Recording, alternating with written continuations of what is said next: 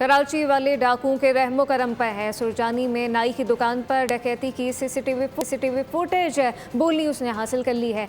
मुलजिमान salon में डकैती करके फरार हो गए। तफसीलात क्या हैं, साउथ गुजर से जानते साथ आगाह कीजिएगा।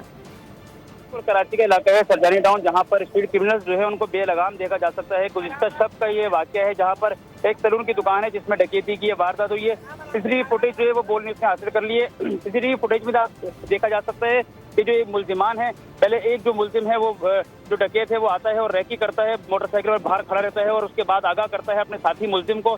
जब दूसरा डकैत वहां पर पहुंचता है तो दोनों बआसानी अंदर जाकर जो दुकान पर मौजूद निकलने के बाद एक जो मुलजिम है वो पहले मोटरसाइकिल पर बैठता है, उसको इशारा करता है, दूसरा मुलजिम आता है, दोनों मिलकर मोटरसाइकिल पर बैठकर बआसानी यहाँ से फरार हो जाते हैं।